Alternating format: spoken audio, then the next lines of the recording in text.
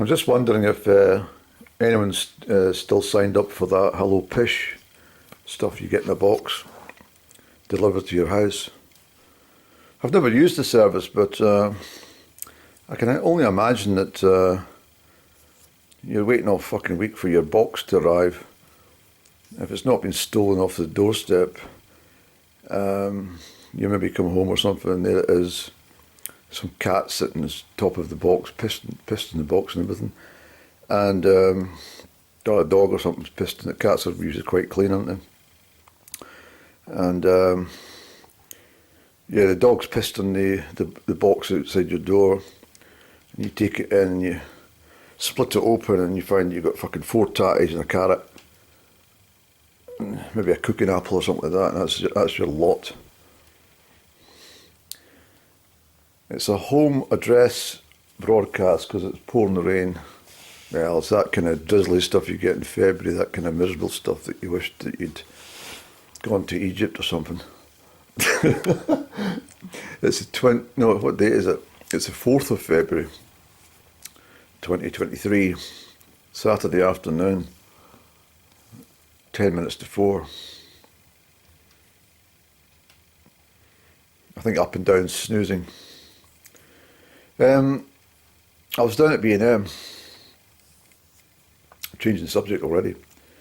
The reason I've got a cup of tea here, but I've gone down to B&M. The saga of the Lotus biscuits, let me bring the packet up, still continues. These Lotus biscuits I think are made in Belgium, because I can remember them as I used to go to Belgium when I was in the first time I went I was only what, 11, was it 11, Andrew? Yes. Was it? Yeah. And then I went I've been to Belgium 10 times. But it says on here, great value. Lotus biscuits were the sort of biscuits you would expect to be served up at there was a AGM or something of a international company and all the board members were surrounding the oval table.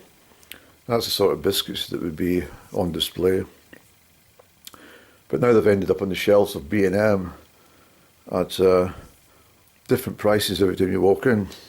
I did mention they had them at £1 a packet, the 39% increase a couple of weeks ago, I think it was, but it's now dropped back to £1.25. But both the packs sitting side by side on the shelf, I pointed out to the guy yesterday, I says, one lot says £1.25 and right across here it says £1.39 for the same product. Could you change it please? Yeah, I'll get onto it right away. It's still the fucking same today.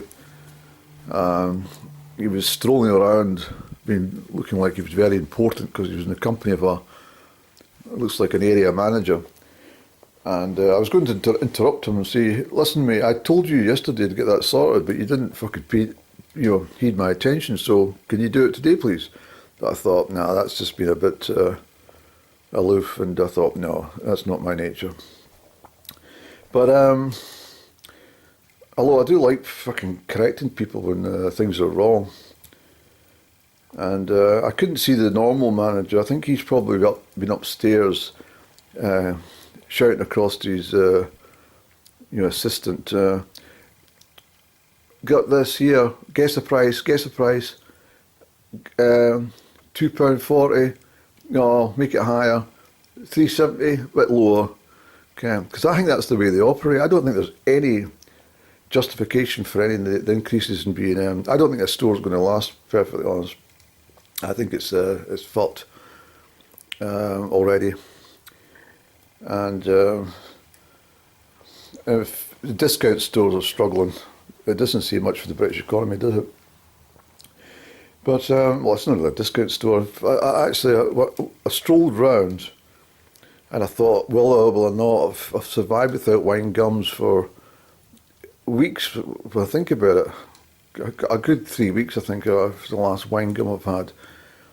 I thought I'll just maybe get it for the weekend. Gone up from £1.99 to £2.49, and it really pissed me off because I thought to myself, well, the first thing I thought of was, can you imagine getting your pocket money as a child and already worked out that you're going to get a packet of Love Hearts and a box of wine gums with your money, and you find that they've fucking gone up by 50 pence, and you're totally out, and you're left in that sort of dilemma in the store. What, you know, I can't buy this, or I wanted that.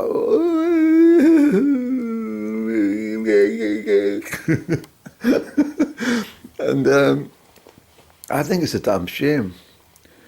But I'm quite sure if I said to the store manager, because I like approaching him and giving him telling offs. But if I did say to him, £2.49, where did you get that from? And listen to his fumbled excuse. But I would then say to him, what I'm telling you. I mean, how heartbreaking for a child on a Saturday, pocket money day. And he would probably say, because I thought to myself, I don't know what the pocket money is now, the rate for children. And I wouldn't be surprised if it's something like 20 quid. Seriously. £5, £10, no, it'd probably be 20 quid. Pocket money.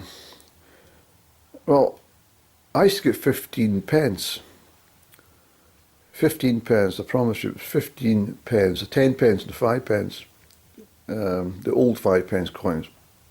And then I used to go up to my granny's, and she used to always give me 50 pence, which is a bit, well, what she used to say to me was, I'll give you 50 pence, but, cockany, as she said.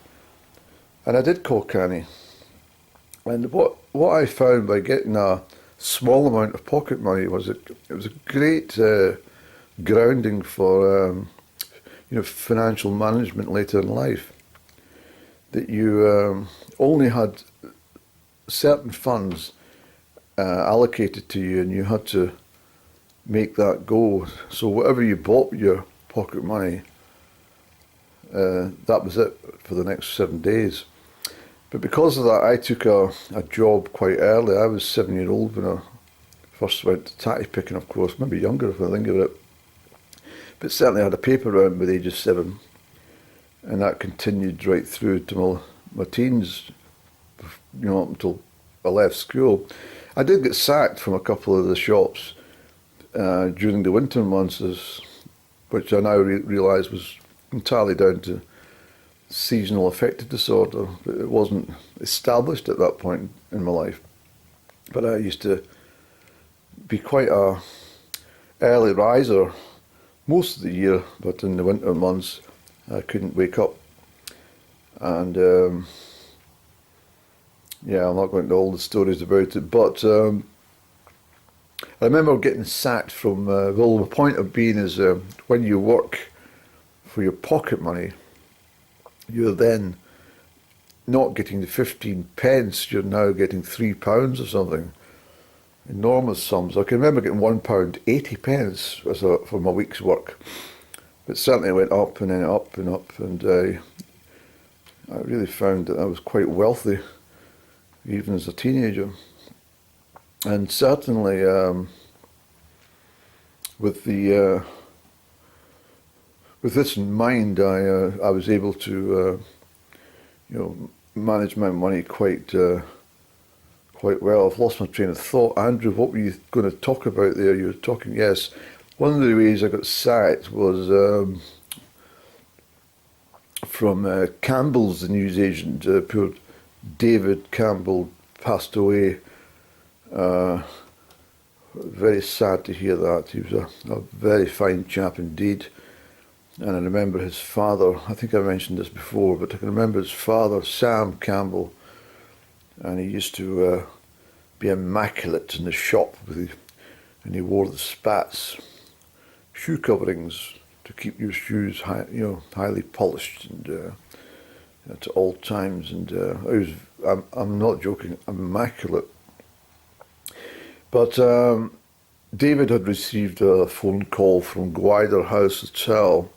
I've only ever been in Gwyder House Hotel once. It was open to non-residents, but if you tried to go in for a drink, they fucking made you feel so uncomfortable that you left after your first sip of the drink. But going back to, was it 1977 perhaps, around about that time I'm sure it was, yes it was. And I was sitting in the grounds of Gwyder House Hotel. This is a time when most of the hotels actually grew their own produce, and so it was fresh in the garden for the chefs to use. But something called pod peas, they try and flog them off now as mongs too. They don't allow them to grow to the maturity, so you're really paying for something that's a bit of a rip-off, because if you left them another 6 weeks, you would find you had beautiful peas. But I would be sitting, feeding myself on an August morning of all the peas, splitting the pods and chewing in them, and of course I was noticed doing this, and a call was made to the newsagent. Your paperboy has been seen eating our produce. You little bastard. And so David said, unacceptable, Andrew, you can't do this, and we're going to have to let you go. But he re-employed me a little while later, which I thought was quite nice of him. But anyway, Lotus biscuits.